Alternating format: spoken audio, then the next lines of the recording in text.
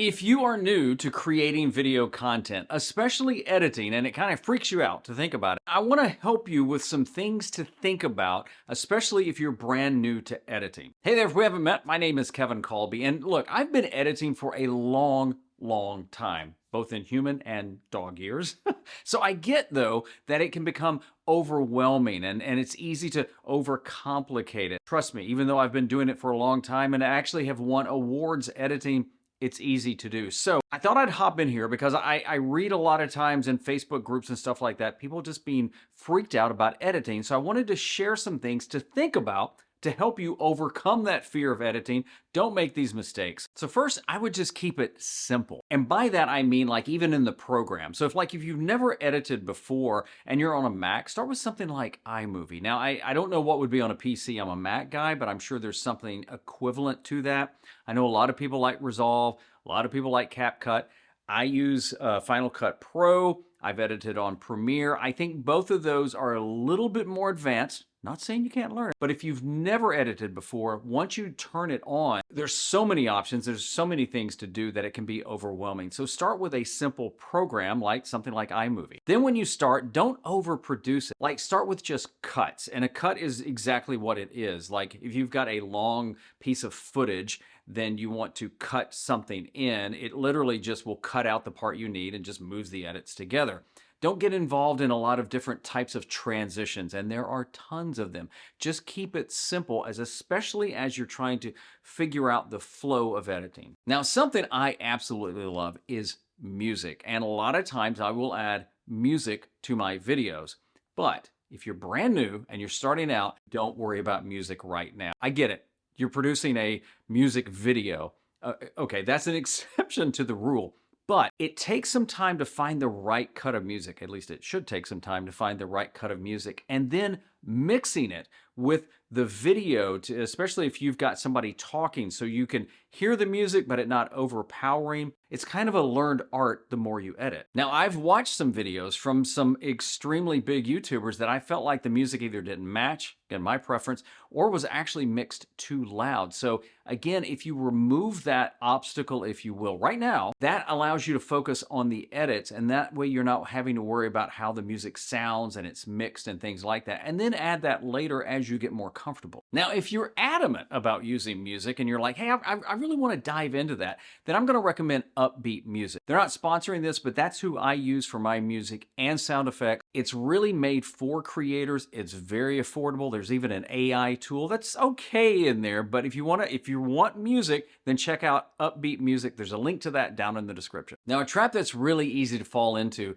not just for beginners, but even experienced professional editors, is overproducing it, overthinking it, as we used to call it in television, just kind of junking up the video. You know, what I mean is throwing in effects that you just don't need. Now, one of the tools I use somewhat, not all the time, is Motion VFX. They have amazing plugins and templates that I use with Final Cut Pro. They also work with DaVinci and Premiere and stuff like that, but we're not going to worry about that right now.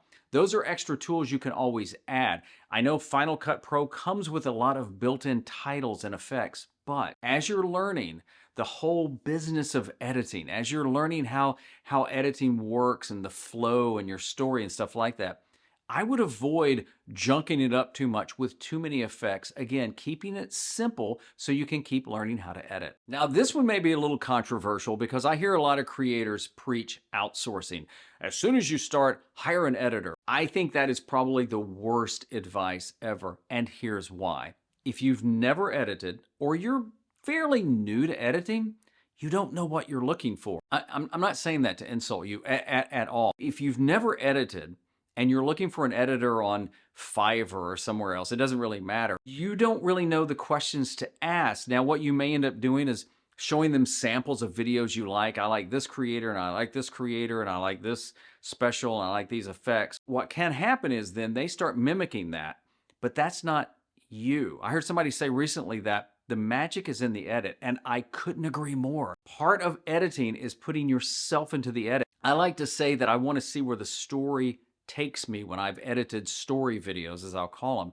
So when you outsource too quickly, you kind of take away from that learning process. And I think, especially as a solo content creator, editing is probably one of the most important parts to crafting the story. Actually, it probably is the most important part in the edit because it can go so many different ways. So when you quickly outsource it and just have somebody edit for you, you kind of rob yourself of learning that skill. You may never become a professional editor, and there's nothing wrong with that, but you may edit on a level that you couldn't have edited on if you just hire somebody to edit for you. Then that's somebody you've got to manage. That's somebody that you've got to tell what you want. And again, if you're fairly new to editing, it may be hard to give them direction. So I would hold on to that. I would dive in. And you know what? If it just gets a little overwhelming over time, then maybe look at outsourcing.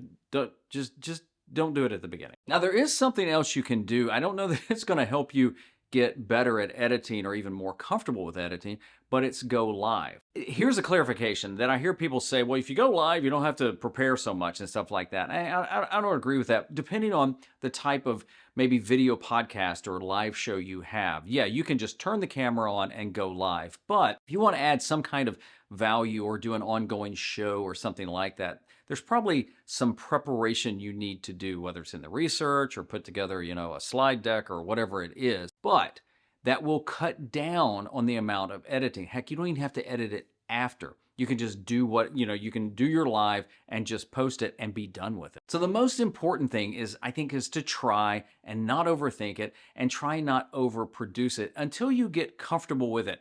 Maybe you never get comfortable with it. Maybe you never like editing as much as I do. It's just one of those things that it doesn't stress me out. I love it. But there's other parts of the creative process I'm not as strong at, and so therefore it's like, I don't know what to do and things like that. There's a lot to learn.